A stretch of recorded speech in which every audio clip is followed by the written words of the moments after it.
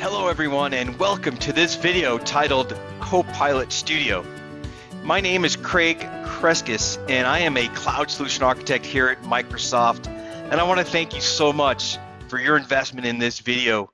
Again, this is all about Copilot Studio. It's a product that was formerly called Power Virtual Agent, and what I'm going to do in this video is guide you through the process of working with creating and testing out your bots.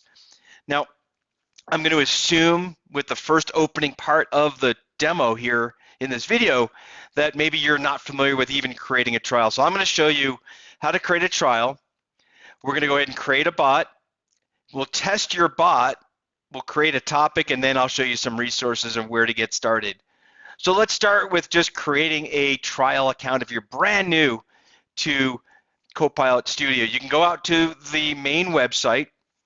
And if you've never created a trial before, you select try free and then follow the prompts to select next. You'll put in your admin user credentials or whatever tenant you typically use for your demos. Here you'll see I'll go ahead and put in my region, my business phone number, and that's it, and I'll get started. Once you are done and you're complete, you will be prompted here to select your country and region. Just to show you again, I know in the years past there's been discussions about availability in other areas, and so again, explore to see which region covers your location. And then you also are seeing a prompt to remind you that this product was formerly called Power Virtual Agents, is now Microsoft Copilot Studio. Go ahead and hit done to get the screen off. Now to begin, what you do is you just simply name your Copilot, your bot, and then you're going to enter in a website. What this does is, first, of course, you see the name of my Copilot. I just titled mine Microsoft, but you can begin and get a running start by leveraging your website or your prospect's website by generating topics and conversations, just allowing the bot to go out to that site. If you want to look at some of the advanced options here, you can see where you can change the icon, import a solution, or create a solution of this, I should say. And notice now it tells me I'm creating my Copilot. Now this will take a few minutes from here. Again, if you're like me and you don't have a few minutes, that's fine. We can go and create another virtual agent, but I'm just going to show you when you sign up, you're immediately brought to that screen. Now, you'll notice here again, I'm not patient, so I'll select Create a Copilot. I'm going to choose the Unified Experience. And here again, I'm going to name my bot. I just named it Microsoft Corp this time. And again, I mentioned to you about entering in your website. Now, when designing and creating a chatbot, you're going to encounter some situations where your bot users ask questions that your bot doesn't have an answer for. So what's great about this is, again, you could boost that conversation by presenting information from an external source, such as a website. So again, I'm going to enter in that URL at Microsoft.com. This will take just a moment to create. Once you're done, go ahead and hit close out of this prompt screen. And you have effectively created a bot. Now I mentioned to you in the next step was, let's go ahead and test that, and you'll see I'm going to leverage questions based on my website, based on Microsoft.com. To invoke or to test the bot, you see on the bottom left corner here, and you can see when I select the test, all I have to do is ask a question. So it'll say, what is the Surface laptop? Now again, seems to be an easy way to show this off to a prospect if you have their website loaded. And like that, I get an immediate answer. And again, the beauty here is you didn't have to create anything yet. All you did was name a bot and enter in the website. Next question is, what is Microsoft's approach to AI principles? I'll select enter, and here you're given a response. One more question I'll ask, how does Dynamics 365 Sales compare to, say, Salesforce? And again, it's looking at the website and it's going to provide some information along with a footnote for me to reference and go back to. I'll go ahead and close my bot and give you a sense again of as we're going to get started and build out a little bit further. But again, think about this. We created something that typically requires a lot of development work by just entering some basic information and a website. Now, let's expand this bot, and I'm going to use Copilot to create these topics. So if you're new to Copilot Studio, again, formerly Power Virtual Agent, you would use these topics.